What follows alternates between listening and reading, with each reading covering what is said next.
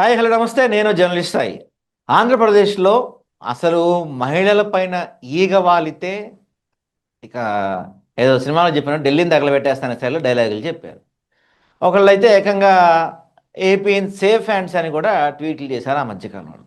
కానీ ఈ మధ్య కాలంలో చూస్తే బహుశా ఆంధ్రప్రదేశ్లో మహిళలపైన జరుగుతున్నంత అరాచకాలు ఆకృత్యాలు దేశంలో ఎక్కడ కూడా జరగట్లేదు కావచ్చు. దట్టు దాంట్లో జనసేన మహిళలే ఎక్కువ ఉంటున్నారు. అసలు ఏం జరుగుతుంది ఆంధ్రప్రదేశ్లో? వరుస పెట్టి మహిళలపైన ఇన్ని ఘటనలు జరుగుతున్నా ఎక్కడి నుంచి ఎందుకు స్పందన రావట్లేదు? ఇలాంటి అంశాలన్నీ కూడా మనతో మాట్లాడడానికి వైఎస్ఆర్సీపీ నాయకులు శ్రీకాంత్ గారు ఉన్నారు. సార్తో మాట్లాడదాం. నమస్తే సార్. సార్ నమస్తే సార్.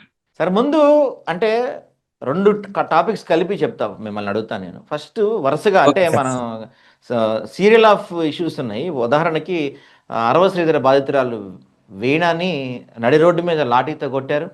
ఆ తర్వాత పిఠాపురంలో ఒక మహిళను రోడ్డు పైన కొట్టారు. ఆ తర్వాత కోట వినూత అని శ్రీకాళహస్తికి సంబంధించిన టీడీపీ నాయకుడు ఒకళ్ళు అవయవాలు జాగ్రత్త, రోడ్డు పైనకి వస్తే నీ సంగతి తేలుస్తామనే స్థాయిలో వార్నింగ్ ఇచ్చాడు. ఆ తర్వాత ఏకంగా ఆంధ్రజ్యోతి ఎండి రాధాకృష్ణ అయితే మహిళల గురించి ఒక భయంకరమైన మాట మాట్లాడాడు. అది మనం చెప్పలేం కూడా ఆ మాట. అలాంటి మాట ఆయన అవును. వ్యాఖ్యానించాడు.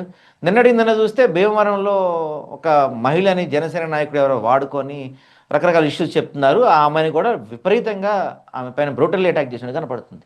ఏంటిది వరుసగా ఇన్ని జరుగుతుంటే అసలు నోరు విప్పని నాయకులు రాధాకృష్ణ ఆఫీస్ ముందుకెళ్ళి వైఎస్ఆర్సీపీ నాయకులు ధర్నా చేస్తే మాత్రం వీళ్ళందరికీ ప్రేమ పొంగి పొర్లి అందరూ ట్విట్టర్ల రూపంలో వరద బారించారు. అంటే మహిళలపై ఇంత జరుగుతుంటే కనీసం నోరు మీద పని వీళ్ళు రాధాకృష్ణ మీద స్పందించారు. ఈ రెండు అంశాలను ఏ విధంగా చూడాలి? Sir first of all Andhra Pradesh ప్రజలందరూ గమనించాల్సింది ఏంటంటే, మహిళలపై అన్యాయం జరిగితే తోళ్లు తీస్తాం, తాట తీస్తాం, బెత్తాలతో కొట్టండి అన్న మాటని అది కేవలం వాళ్ళ ఇంట్లో మహిళల గురించి సార్. అది ఆంధ్రప్రదేశ్ మహిళల గురించి కాదు వాళ్ళు అన్నది. ఓకే, వాళ్ళ ఇంట్లో మాట మహిళ మీరు అసలు వాళ్ళ ఇంట్లో వాళ్ళ మహిళ ఇల్లు ఏపీలో ఉంటారు కదా సార్. వాళ్ళ ఇంట్లో మహిళలు ఏపీలో ఉంటారు కదా. ఉండకపోయినా వాళ్ళు మాట్లాడేది కేవలం వాళ్ళ మహిళల గురించే. ఎందుకంటే వాళ్ళ ఇంట్లో మహిళలు మాత్రమే వాళ్ళు మహిళలుగా భావిస్తారు కాబట్టి, వాళ్ళ ఇంట్లో మహిళల్ని ఏదన్నా అంటే తోలు తీస్తాం, తాట తీసే అనేటువంటి మాటలు అవి వాళ్ళ వరకే వర్తిస్తాయి సార్. ఆంధ్రప్రదేశ్ లో ఉన్నటువంటి మహిళల గురించి వాళ్ళు అనల. ఎందుకంటే వాళ్ళ పార్టీ మహిళ హోమ్ మినిస్టర్ అయినటువంటి ఆమె ఒక మహిళ అయ్యుండి కూడా ఇక్కడ జరిగే మహిళల గురించి ప్రస్తావించినటువంటి దాఖలాలు ఎక్కడ కూడా లేవు, మనం చూడలేదు సార్. ఓకే. ఓకే. రెండోది, ఈ ఫ్రేమింగ్ ని మనం ఒక రకంగా బాగా డీప్ గా అబ్జర్వ్ చేస్తే సార్, అబ్జర్వ్ చేసి చూస్తే ఉమ్. జనసేన పార్టీ వీర మహిళలు, జనసేన పార్టీ మహిళల గురించే బయటకు వస్తున్నాయి కానీ ఉమ్. ఎక్కడ తెలుగుదేశం పార్టీ మహిళల గురించి రావటం వల్ల. అదేవిధంగా ఉమ్. వైఎస్ఆర్సీపీ పార్టీకి సంబంధించినటువంటి దాదాపు 2 కోట్ల మంది మహిళల మనోభావాలు దెబ్బతినే విధంగా ఏబిఎన్ ఆంధ్రజ్యోతి వాళ్ళ న్యూస్ ఛానల్ ద్వారా మాట్లాడినటువంటి మాటలు మనందరికి తెలుసు. ఇదంతా జరిపిస్తుంది ఎవరు? దీని అంతరికి ఒక బడా చెయ్యి అయితే దీని వెనకాల ఉంది సార్, పెద్ద చెయ్యి ఉంది. అది కేవలం నారా చంద్రబాబు నాయుడు గారి గేమ్ ప్లాన్ మాత్రమే. ఓకే. ఇదంతా ఎందుకు అంటే నడిపిస్తుంది కాదు ఎందుకు పాపం పవన్ కళ్యాణ్ ఆయన్ని గెలిపించారు, జైలు దగ్గర ఉంటే వెళ్ళి పరామర్శించారు, ఆయన పార్టీని నిలబెట్టారు, 15 సంవత్సరాలు కలిసి ఉంటా అన్నారు. మరి ఎందుకు దీని వెనక చంద్రబాబు నాయుడు ఉంటారు? అదంతా సార్. ఇప్పుడు పవన్ కళ్యాణ్ అనే వ్యక్తిని నిజంగా పైకి తీసుకొని వస్తే రేపు తెలుగుదేశం పార్టీ కూడా భూస్థాపితం అయిపోతుంది. ఏదో ఒక రోజు ఆయన్ని ముఖ్యమంత్రిని చేయాలి, ఆయనకి కూడా ఆ స్థానాన్ని కల్పించాలి. ఇక్కడ వాళ్ళ కూటమి యొక్క మిత్రం వాళ్ళు కుదుర్చుకున్నటువంటి ఏదైతే అగ్రిమెంట్లు అవి ఉంటాయో దాని ప్రకారం ఆ పార్టీకి కూడా ఏదో ఒక రోజు అవకాశం ఇవ్వాలి. ఈ విధంగా ప్రజల్లో దాన్ని ఒక పవన్ కళ్యాణ్ గారి వల్ల ఏమీ కాదు, చేతగానోడు, వాళ్ళ పార్టీలో ఇన్ని లోపాలు ఉన్నాయని వేలెత్తి చూపిస్తే రేపు పవన్ కళ్యాణ్ గారిని తొక్కేయడానికి చాలా అనుకూలంగా ఉంటుందని చెప్పి ఇది తెలుగుదేశం పార్టీ పక్క గేమ్ ప్లాన్ లో భాగం మాత్రమే. ఓకే. ఇదైతే పక్కా సార్, 100%. దాంతోపాటు ఇందాక మీరు చెప్తున్నారు ఇన్ని జరుగుతున్నాయి. ఏపీలో మనకి హోమ్ మినిస్టర్ సాక్షాత్తు మహిళ, మనకు మహిళా కమిషనర్ కూడా ఉన్నారు, రాయపాటి శైలజ గారు కూడా. వీళ్ళందరూ అసలు ఉన్నారా రాష్ట్రంలోనే? వాళ్ళు ఎక్కడా లేరు సార్, ఎక్కడ స్పందించరు. వాళ్ళు ఎక్కడ స్పందిస్తారంటే ఈ పవన్ కళ్యాణ్, ఇంక్లూడింగ్ పవన్ కళ్యాణ్ అనే వ్యక్తి కూడా వీళ్ళు ఎక్కడ స్పందిస్తారంటే వాళ్ళ దత్త తండ్రి, వాళ్ళందరికీ దత్త తండ్రి అయిన చంద్రబాబు నాయుడు గారిని ఎవరినైనా విమర్శిస్తే, చంద్రబాబు నాయుడు గారిని విమర్శించినా లేదంటే తెలుగుదేశం పార్టీని విమర్శించినా, ఆ తెలుగుదేశం పార్టీకి సంబంధించినటువంటి ఛానల్స్ వాటిని ఏదైనా విమర్శించినా వీళ్ళందరికీ పౌరుషాలు రోషాలు అన్ని పొడుచుకొచ్చి రోడ్డు మీద ఎక్కుతారే తప్ప, ట్విట్టర్ల రూపంలో సోషల్ మీడియాలో మాట్లాడతారే తప్ప ఇంకా ఆంధ్రప్రదేశ్ ప్రజలతో వాళ్ళకి పని లేదు సార్. మహిళల మీద వాళ్ళు చెప్పేటువంటి మాటలన్నీ కూడా కేవలం ఆన్ స్క్రీన్ కి మాత్రమే పరిమితం. ఆఫ్ స్క్రీన్ కి వస్తే మహిళల్ని వాళ్ళు ఓటర్ల కింద కూడా చూడటం లేదు సార్. కనీసం ఒక మహిళని ఓటర్ కింద చూస్తే కూడా ఖచ్చితంగా విలువ ఇవ్వడం జరుగుతుంది. ఆ మహిళ వల్ల మనకు ఓట్లు పడతాయి అనేది. ఇప్పుడు వాళ్ళు అటువంటి పరిస్థితుల్లో కూడా లేరు. 100% ఇది తెలుగుదేశం పార్టీని విమర్శిస్తారు. పవన్ కళ్యాణ్ గారి విషయం మాట్లాడదాం సార్. ఆయన వాళ్ళ పార్టీలో ఇల్లులు పగలగొట్టేశారు, ఇల్లులు కూల్చారు. ఒక నెల్లూరు, మచిలీపట్నం, కాళహస్తి లాంటివి మనకు బాగా వైరల్ అయినాయి సార్, అందరూ చూసే ఉంటాం. ఆ ఇల్లు వాళ్ళ పార్టీ కార్యకర్తల ఇల్లు మీద స్పందించినటువంటి దాఖలాలు లేవు. వాళ్ళ పార్టీ నాయకుడు కర్రించుకుని రౌడీజం రోడ్డు మీద చెప్తుంటే దాని గురించి కూడా ఎక్కడ స్పందించాల.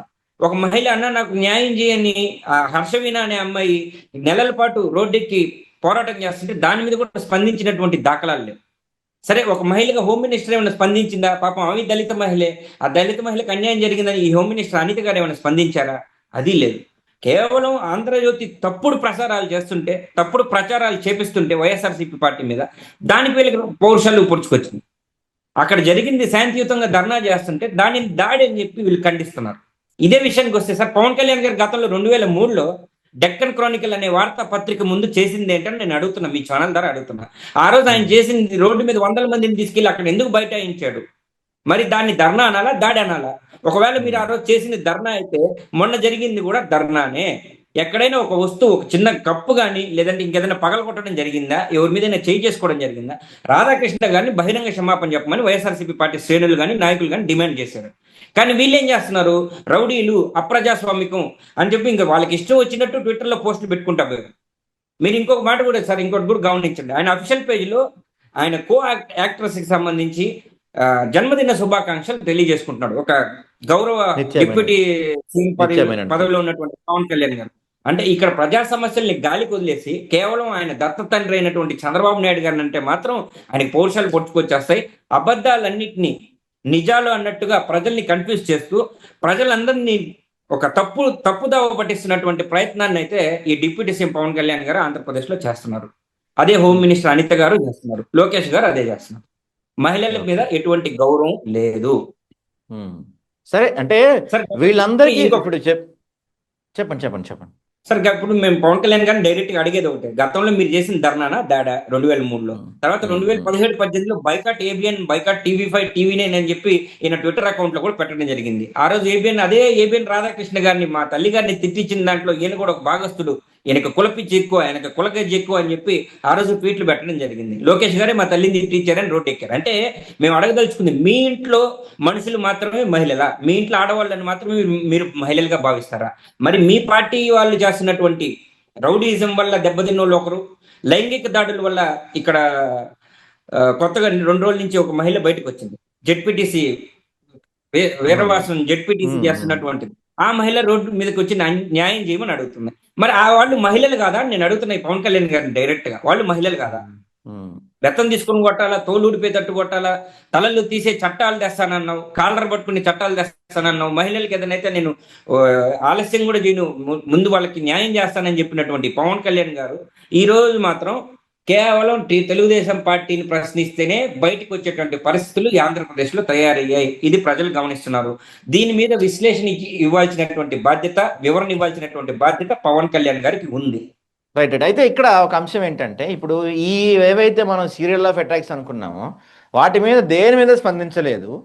కానీ మొన్న మీరు చూస్తుంటే రఘురామకృష్ణరాజు గారి పైన ఎక్కడో చిన్న దాడి జరిగింది. జస్ట్ చిన్న దాడి, ఆయనకి ఏం దెబ్బలు కూడా తగలలేదు. కోరుకోవట్లేదు, మనం తగలని కూడా కోరుకోవట్లేదు. వెంటనే విత్ ఇన్ అవర్స్ లో అందరికన్నా ముందు ఈయన ట్వీట్ చేశాడు, రఘురామకృష్ణ పైన దాడిని ఖండిస్తున్నాను అని. తెలుగుదేశం పార్టీ మెంబర్ అతను. తెలుగుదేశం పార్టీ అంటే తెలుగుదేశం పార్టీకి సంబంధించిన వాళ్ళు, వాళ్ళకి అనుబంధంగా ఉన్న వాళ్ళు బాగుంటే సరిపోద్ది. రాష్ట్రంలో ఎవరైపోయినా మనకి పట్టదు. ఇంకోటి, అదే ఉమ్మడి కడప జిల్లా అధ్యక్షుడైనటువంటి శుంకర శ్రీనివాసులు గారు ఒక బహిరంగ లేఖ రాయడం కూడా జరిగింది పవన్ కళ్యాణ్ గారికి. అయ్యా, మా కడప జిల్లాలో పరిస్థితులు ఇట్టున్నాయి, మీరు ఎవరైతే నాయకులు అనుకుంటున్నారో వాళ్ళు ఇక్కడ అన్నింటినీ తప్పుదారి పట్టిస్తూ జనసేన పార్టీకి చెడ్డ పేరు తీసుకొస్తున్నారు. మీరు దీని మీద స్పందించి రైల్వే కోడూరులో ఉన్నటువంటి పరిస్థితులను చక్కబెట్టాలని బహిరంగంగా లేఖ రాస్తే దాని మీద కూడా స్పందించినటువంటి పాపన్ బోలే పవన్ కళ్యాణ్ అనే వ్యక్తి. కేవలం తెలుగుదేశం పార్టీ రఘురామకృష్ణరాజు గారి మీద నిజంగా దాడి జరిగిందా సార్? నేను మిమ్మల్ని అడుగుతున్నా. ఆయన అక్కడికి వచ్చారు, అక్కడ ఉన్నటువంటి పరిస్థితుల వల్ల దాన్ని దాడిగా చిత్రీకరించుకున్నారు. ఆయన మీద ఎవరైనా చెయ్యేశారా? లేదంటే ఆయన ఏమైనా లాగి చెంపదెబ్బ ఏమైనా కొట్టారా? ఆయన చొక్కా జినిగిందా? లేదంటే ఆయన కారు అద్దాలు ఏమైనా బగిలాయా? మరి దేన్ని దాడి అంటారు? అంబటి రాంబాబు గారి ఇంటి మీద జరిగిన దాన్ని దాడి అంటారు. లేదంటే దానికి స్పందించారు. జోగి రమేష్ గారి ఇంటి మీద జరిగిన దాన్ని దాడి అంటారు. విడుదల రజనీ గారి కారు మీద అటాక్ చేస్తూ తనుకున్నటువంటి సన్నివేశాలని దాడి అంటారు. మరి అన్ని దాడులు జరుగుతుంటే, సాక్షాత్ అన్ని దాడులు జరుగుతుంటే వాటి మీద ఎక్కడైనా ఈయన ట్వీట్ చేసినట్టు కానీ, లేదంటే ఎక్కడైనా ఒక సభలో మాట్లాడినటువంటి సందర్భాలు ఉన్నాయా అని నేను అడుగుతున్నాను. అవును, అవునవును. దాడులు, నిజమైన దాడుల్ని ఈయన ఎక్కడ స్పందించరు. దాడులు కానటువంటి వాటిలన్నింటినీ ఇవే దాడులు, అన్యాయం జరిగిపోతుంది, రౌడీజం చేస్తుంది. ఎవరండి రౌడీలు? ఎవరు రౌడీలు? మీ పార్టీ నాయకుడు కర్ర తీసుకుని ఒక మహిళని దారుణంగా గొడ్డును బాదినట్టు బాదుతుంటే, రౌడీజం చేస్తుంటే దాని మీద స్పందించారా ఈ పవన్ కళ్యాణ్ గారు అని అడుగుతున్నాను. అవును.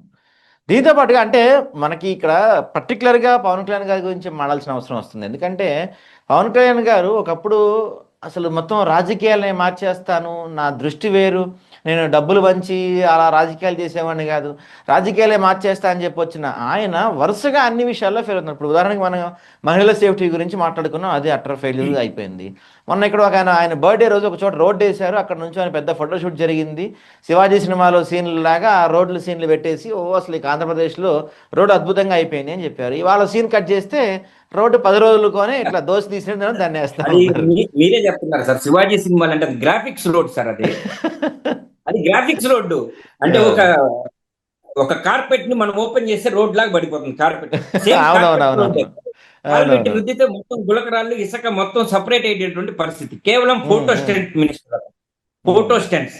అతను ఎట్లా ఉంటాయి అంటే, ఆయన రిలీజ్ చేసే ఫోటోలు అన్ని కూడా ఎట్లా ఉంటాయి సార్, ముందుగానే ప్రిపేర్ చేసుకుంటాడు. ఏ రోడ్ లో ఎక్కడ ఏ స్టిల్ చేయాలా, ఎక్కడైనా ఆంజనేయ స్వామి విగ్రహం ఉంటే మనం కూడా ఆంజనేయ స్వామిలో చెయ్యి ఇలా పెట్టాలా, ఆ ఫోటో వైరల్ అవ్వాలా, లేదంటే ముసుగు వేసుకొని ఏదో ఒక గ్యాంగ్స్టర్ లాగా అవన్నీ కూడా ఫోటో స్టిల్స్ అని పక్కగా 1కి 10 మందిని చుట్టూ పెట్టుకొని ఫోటో స్టిల్స్ అతను ముందుగానే, ఎందుకంటే సినిమా నటుడు సార్, అతను సినిమా నటుడు. ఇప్పుడు అతను పోషిస్తున్నటువంటి పాత్ర రాజకీయ విటుడు అనే పాత్ర పోషిస్తున్నారు.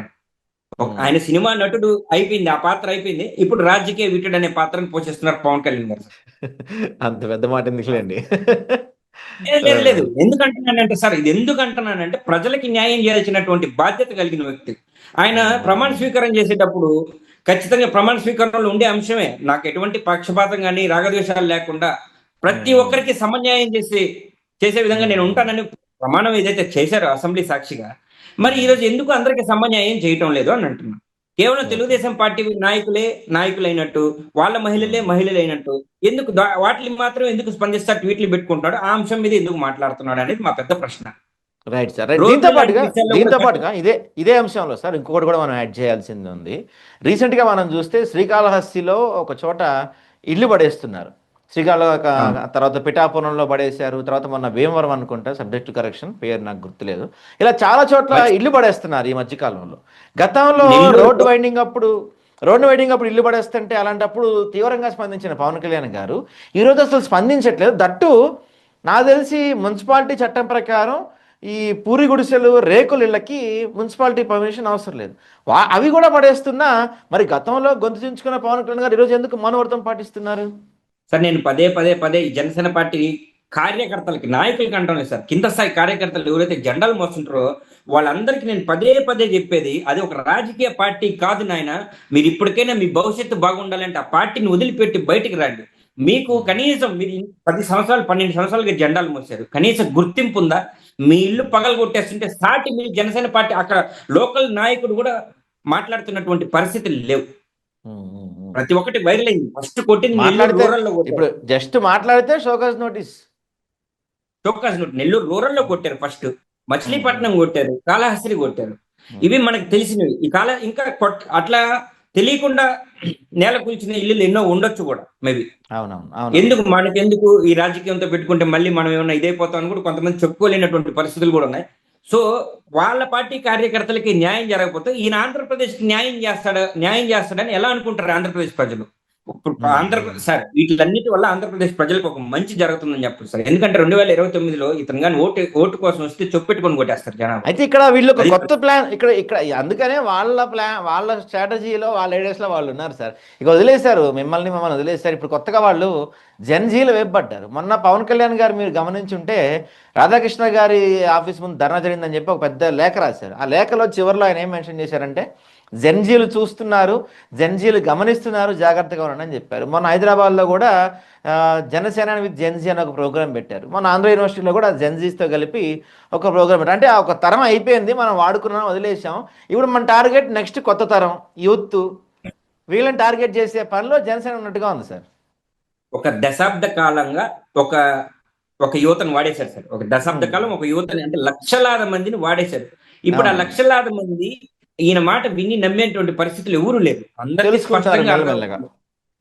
అతను చెప్పినటువంటి మాటలు, అది ఆ స్పీచెస్ వల్ల ప్రతి ఒక్కరికి గూస్ బంప్స్ రావడం. మా అన్న ఏదో చేసేస్తాడు, మా అన్న ఆంధ్రప్రదేశ్ లో వస్తే రబ్బర్ చెప్పులు వేసుకున్న చేత రాజకీయాలు చేపిస్తాడు, తర్వాత జీరో బడ్జెట్ పాలిటిక్స్, ఎక్కడ కూడా కరప్షన్ ఉండదు, మహిళలకి భద్రత ఉంటది, ఇట్లాంటి మాటలన్నీ ఇని ఇని ఇని అట్రాక్ట్ అయ్యి కొన్ని లక్షల మంది ఒక దశాబ్ద కాలం ఆయనతో పాటు ప్రయాణం చేశారు.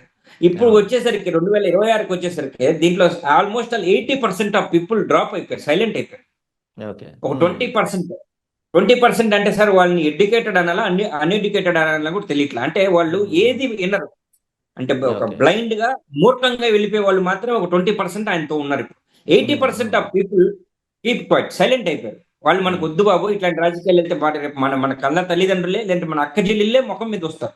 ఎందుకంటే రేపు వాళ్ళు కూడా గమనించుకున్నటువంటి విషయం ఏంటంటే, రేపు వాళ్ళ ఇంట్లో వాళ్ళ అక్క చెల్లెళ్ళ మీద ఇటువంటి అగాత్యాలు జరిగితే పవన్ కళ్యాణ్ అనే వ్యక్తి ఆ రోజు కూడా స్పందించడం అనేటువంటిది వాళ్ళకి స్పష్టంగా అర్థమైంది. ఈ రోజు మళ్ళీ మీటింగ్లు పెట్టి ఆంధ్ర యూనివర్సిటీ సంబంధించి మళ్ళీ యువత రాజకీయాల్లో రావాలనే పిలుపునిస్తుంటే బయట అందరూ కూడా నవ్వుకుంటున్నారు సార్. ఇతన్ని రాజకీయ జోకర్ గా చూస్తున్నారు, నవ్వుకుంటున్నారు. అంటే మళ్ళీ ఇంకొక యువతకు పిలుపునిస్తున్నాడు, నాశనం అయిపోతారు, రండి బాబులు రండి, త్వరగా మా పార్టీలో చేరండి, మీ జీవితాలకు మేము ఖచ్చితంగా నాశనం అయ్యే వరకు గ్యారంటీ మేము ఇస్తామనేటువంటి పలుకులు ఈయన పలుకుతున్నటువంటి సందర్భాలు. మరి దీని ద్వారా మేము అడుగుతున్నాం, మీ కొడుకు కూడా ఇప్పుడు యువతే కదా, మరి మీ కొడుకుని రాజకీయాల్లో తీసుకొని రావచ్చు కదా అని మేము పవన్ కళ్యాణ్ గారిని డైరెక్ట్ గా అడుగుతున్నాం. ఆ కిరానందాన్ని పార్టీలోకి తీసుకొని రావాలా? ఇప్పుడు ఏమవుద్దంటే నాయకుల కొడుకులు నాయకులుగా వస్తారు, మిగతా వాళ్ళు కార్యకర్తలు అవుతారు. కార్యకర్తలు ఇల్లులు కూలిపోతాయి, నాయకుడిగా వచ్చిన 4 రూపాయలు డబ్బులు అనిపిస్తున్నాయి. అంతే. కార్యకర్తలు అని కూడా రోడ్డు మీద నాశనం అయిపోతారు సార్. ₹10 పావులకు కూడా అడుగు తినే పరిస్థితి వస్తుంది కార్యకర్తగా ఉండే వ్యక్తికి. నాయకుడు అనేవాడు ఏమి సార్, మేము పవన్ కళ్యాణ్ తో ఫోటో తీపిస్తాం, పవన్ కళ్యాణ్ తో షేక్ హ్యాండ్ ఇప్పిస్తాం అంటే 10 లక్షలు 20 లక్షలు వసూలు చేసుకొని జోబులు వేసుకుంటారు. లేదు, ఇప్పుడున్నటువంటి పరిస్థితుల్లో తెలుగుదేశం పార్టీ ఇల్లు కొట్టినా దాన్ని ప్రశ్నించకుండా ఉండడం కోసం ఆ తెలుగుదేశం పార్టీ నాయకుడు ఇంటికి వెళ్ళి జోబులు నింపుకుంటారు. నాయకుడు అనేవాడు సేఫ్, కార్యకర్త అనేవాడు రోడ్డు మీద చిల్లర అడుక్కునే పరిస్థితులన్నీ మిగిలిపోతున్నారు ఈ జనసేన పార్టీలో మాత్రం. ఓకే, సో అంటే ఇక మీరు చెప్పిన దాని ప్రకారం జనసేనకి ఫ్యూచర్ కష్టమే ఇంకా 2029కే మాక్సిమం క్లోజ్ సార్ పార్టీ. సరే సార్, ఇవి పక్కన పెడదాం, కాసేపు ఇవి పక్కన పెడదాం. సరే, జనసేన పార్టీ ఎలా ఉంటుందో మనకి దాని తర్వాత ఏంటి భవిష్యత్తులో చూద్దాం. ప్రస్తుతానికైతే చాలా శాఖలు నిర్వహిస్తున్నారు మంత్రిగా పవన్ కళ్యాణ్ గారు. డిప్యూటీ సీఎం దగ్గర నుంచి పంచాయతీరాజ్, గ్రామీణాభివృద్ధి, రూరల్ డెవలప్మెంట్, ఇలా వరుసగా ఇంకా 4-5 శాఖలు ఏమన్నాయి, నేను మర్చిపోయాను. ఇన్ని శాఖలు నిర్వహిస్తున్నారు. కనీసం ఆ శాఖల వరకైనా ఆయన బాధ్యత సక్రమంగా నిర్వర్తిస్తున్నారా? ఎంత రేటింగ్ కూడా లేదు సార్. రేటింగ్ అనేది ఏం లేదు సార్. రేటింగ్ అనేది మామూలుగా సినిమా రేటింగ్ ఇచ్చినట్టయితే 5కి 2 రేటింగ్ ఇవ్వచ్చు ఆయనకి. 2 రేటింగ్ అంటే అటర్ ఫ్లాప్ సినిమా అన్నారు. 2 రేటింగ్ 1.5 వచ్చిందంటే అటర్ ఫ్లాప్ సినిమా. ఇప్పుడు పవన్ కళ్యాణ్ గారి పరిస్థితి కూడా 1.5 to 2% రేటింగ్ మధ్యలో ఉన్నటువంటి ఆయన ఒక మినిస్టరే తప్ప 5 to 5 లేదంటే 5 to 4 రేటింగ్ ఉన్నటువంటి మంత్రి అయితే కాదు. 100% కాదు. ఇప్పుడు మీరు ఇప్పుడు అడిగినటువంటి క్వశ్చన్, రోడ్లు వేసారు ఆయన మార్చి 14వ తేదీ ఆవిర్భావ సభ మీరు నిర్వహించకుండా అక్కడెక్కడో తాండాల్లో రోడ్ వేసేసాం స్కూల్ పిల్లలకి అని చెప్పి ఫోటో షూట్లకు మాత్రమే, అది కేవలం గ్రాఫిక్స్ మాత్రమే పరిమితమైనటువంటి రోడ్డు. అది ప్రజలకి స్పష్టంగా 10 రోజుల్లోనే అర్థమైపోయింది. అది చాప చుట్టినట్టు చుట్టుకోబోతుంది రోడ్డు. అంటే గతంలో వీళ్ళు ఎక్కడో మారుమూల ప్రాంతాలకు వెళ్ళిపోయి, అంటే గ్రామాల్లోకి వెళ్ళిపోయి అక్కడ ఉన్నటువంటి రోడ్లు గుంతలు, రోడ్ అన్న తర్వాత యాక్చువల్ గా గుంతలు ఉంటాయి, ఎక్కడో దగ్గర ఉంటాయి. ఎంత మంచి రోడ్లైనా సరే, ఇప్పుడు బాగా డెవలప్డ్ అయినటువంటి కంట్రీ సౌదీనో, దుబాయో, లేదంటే కువైటో, బహ్రెయిన్ ఇట్లాంటి దేశాలు తీసుకున్నా కూడా రోడ్ డ్యామేజ్లు అనేది మామూలుగా ఉంటాయి. ఎందుకంటే వాతావరణం ఎఫెక్ట్ లేదంటే లోపల నుంచి భూమి ఎక్కడైనా షింక్ అవ్వడం వలన రోడ్లు అనేది కొద్దిగా దెబ్బతింటం అనేది వాస్తవం. అట్లాంటి రోడ్ల దగ్గర వీళ్ళు పడుకొని, నిల్చుకొని, ఒంగోని మొత్తం ఫోటోలు తీసి జగన్మోహన్ రెడ్డి గారు రోడ్లు వేయలేదు అని ప్రచారం చేశారు. మరి ఈరోజు జగన్మోహన్ రెడ్డి గారు నిజంగా కక్షపూర్తమైనటువంటి రాజకీయాలు చేసే పని అయితే ఇట్లాంటి రోడ్లు మనం చూసుకుంటే లక్షల ఫోటోలు తీసి రోజు అప్లోడ్ చేయొచ్చు మనం. లక్షల ఫోటోలు తీసి అప్లోడ్ చేయొచ్చు. రోడ్డు గుంటలు ఉన్నాయి, డ్రైనేజీలు పొంగి రోడ్ల మీద పొర్లుతున్నాయి, స్ట్రీట్ లైట్లు లేవు, దోమల బెడద ఎక్కువైపోయింది, గ్రామాల్లో దోమల బెడదలు ఎక్కువైపోయినాయి. ఎక్కడ కూడా ఈయన తీసుకున్నటువంటి శాఖల్లోనే తీసుకుంటే లక్షల ఫోటోలు మనం ఈ రోజు సోషల్ మీడియాలో అప్లోడ్ చేయొచ్చు. కానీ జగన్మోహన్ రెడ్డి గారు హుందాగా ప్రవర్తిస్తున్నారు రాజకీయంలో, హుందాగా. ప్రజలు ఇచ్చినటువంటి మ్యాండేటరీ అని అనుకున్నారు. ఆయనకి తెలుసు వాస్తవంగా ఏం జరిగింది. వాస్తవంగా ఈవీఎం మేనేజ్మెంట్ ఏ విధంగా చేశారు, ఏ విధంగా గెలిచారు అనేది వాస్తవం తెలుసు. కానీ చేతులు కాలిపోయాక ఆకులు పట్టుకోవడం ఎందుకు? నెక్స్ట్ 2029 మనం చూసుకుందాం. అట్లాంటివి కానీ చేసుకుంటా పోతే ఆంధ్రప్రదేశ్ మీద దాదాపు 1 కోటి ఫోటోలు విడుదల చేయొచ్చు. రోడ్లు బాగా లేకుండా నాశనం అయిపోయినటువంటి ఫోటోలు, నాసి రకం రోడ్ల గురించి ఫోటోలు విడుదల చేయొచ్చు. కానీ జగన్మోహన్ రెడ్డి గారు హుందాతనమే ఈ పార్టీకి కొద్దిగా శ్రీరామ రక్షగా పనిచేస్తుంది. రైట్. సరే అబద్ధాలు చెప్పుకోవడానికి స్కోప్ వస్తుంది.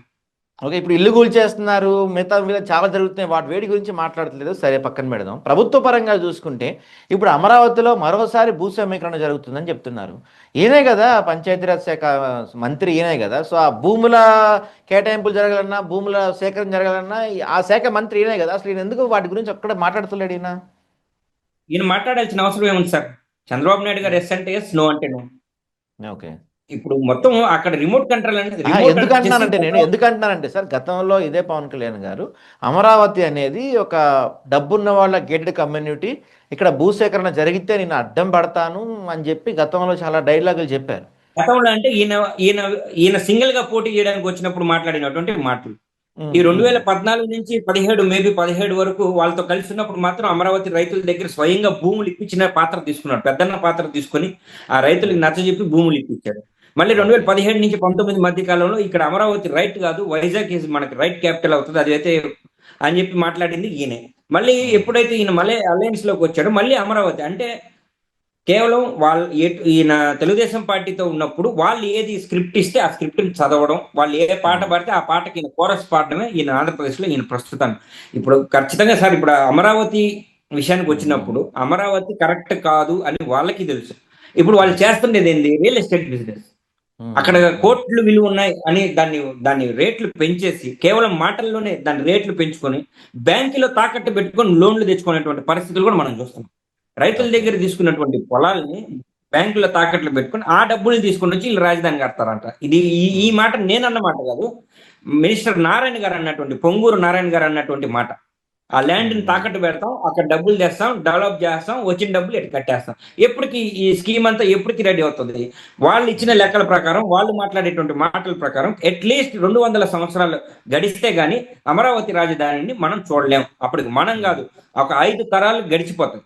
ఆ 5 తరాల తర్వాత రాజు ఎవరో, మంత్రి ఎవరో, అమరావతి ఉంటుందో ఇంకేమన్నా ఉంటుందో కూడా మనం చెప్పలేనటువంటి పరిస్థితులు. ఈ సందర్భంగా నేను ఒక మాట చెప్తున్నాను సార్. జగన్మోహన్ రెడ్డి గారు క్షుణ్ణంగా పరిశీలించి మొత్తం ఆలోచించి మాట్లాడినటువంటి మాటే మావిగన్. వీళ్ళకి సమస్య ఎక్కడ వచ్చిందంటే ఆ పేరులో వచ్చింది. మావిగన్ అనే పేరులో వచ్చింది. కానీ మావిగన్ అనే అంశం సార్, నిజంగా మావిగన్ ఈజ్ ఎ గన్, అది రియల్ గన్. దాంట్లో నుంచి జగన్మోహన్ రెడ్డి గారు వదిలినటువంటి బుల్లెట్లు ఈ టీడీపీ పార్టీ క్యాడర్కి కానీ, ఈ కూటమి ప్రభుత్వ నాయకులకి కానీ నిద్ర లేకుండా చేస్తుంది. ప్రజలు ఫస్ట్ రోజు దాన్ని లైట్ తీసుకున్నారు, కానీ ప్రజలు సెకండ్ డే నుంచి ఆలోచించడం మొదలు పెట్టారు. ఆలోచించడం ఎప్పుడైతే మొదలు పెట్టారో, మావిగన్ అనేది ఎందుకు ఉండకూడదు క్యాపిటల్ గా? మన పోర్ట్ సిటీ వస్తుంది కదా, ఎయిర్పోర్ట్, ఇంటర్నేషనల్ ఎయిర్పోర్ట్ ఉంది, ఆల్రెడీ రోడ్లన్నీ నేషనల్ హైవేస్ ఉన్నాయి.